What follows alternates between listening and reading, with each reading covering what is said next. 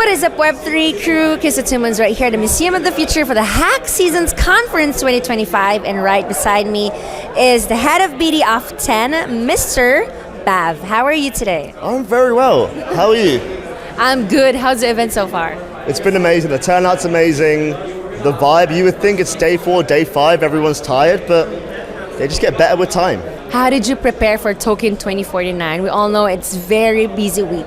Yeah, I mean, there's over 500 events. I wish I could hire a doppelganger, but I'm just not there in life yet.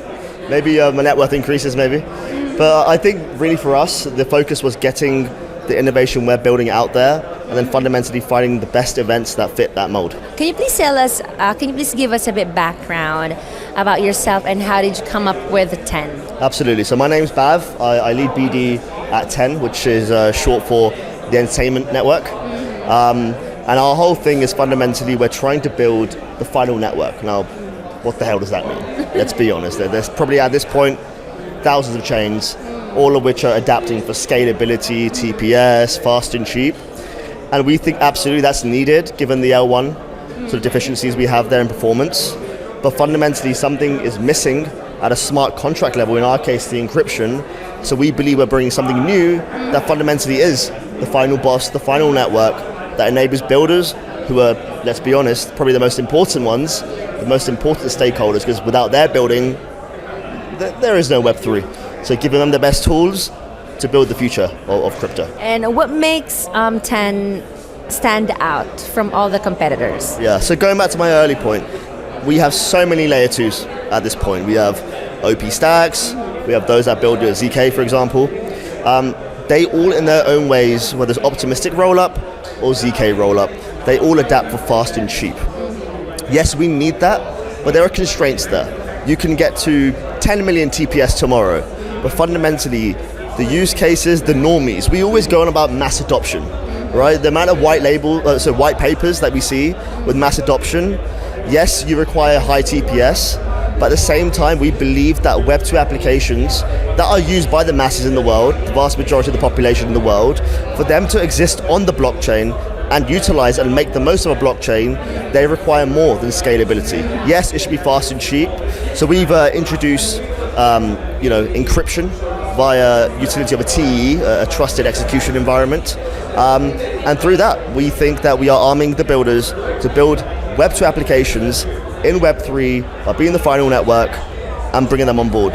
Specifically, we think the use cases are going to be AI and iGaming, because they're just huge untapped markets. Speaking of AI, do you think, on your perspective, is AI a tool or a threat for humanity? Oh, it depends how accountable you are, right? If you're someone that maybe has a victim mentality, then it's a threat.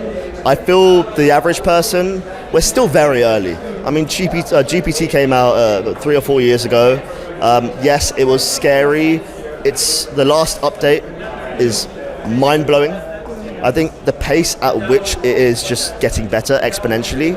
I think if you arm yourself to use the tools correctly, make them a value add, it's definitely a bonus to you to make you better as opposed to competition. And what do you think will be the future impact of 10 in the ecosystem? I think specifically a huge kind of market where we're looking at right now is iGaming. So for example, in the last 12 months or so, crypto native iGaming, the revenue for that was, I think the last number I checked was over 81 billion. Wow. Now, the majority of this stuff is off-chain, because fundamentally, the infrastructure is not there to bring it on-chain. For example, the encryption, as I mentioned.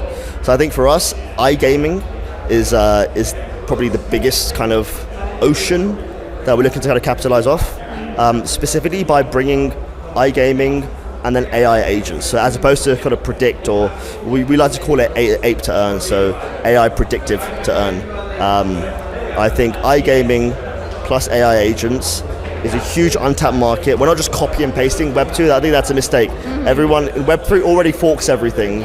The least you want to do is, the last thing we want to do rather is just copy Web2 and do it in Web3. If we're using a blockchain, let's actually make it better. So AI plus iGaming, I think, is a unique blend of two things, and I think 10 is the chain for that. All right, so after a Hack Seasons conference, where are you heading to next? Any upcoming events or future projects to launch that you might want to share? Yeah, so I think tonight I'll probably be going to the Infinex event. They're a great team. I believe the former founder of Synthetics. They raised 67 million with their last NFT collection. So yeah, I mean, shout out Dave.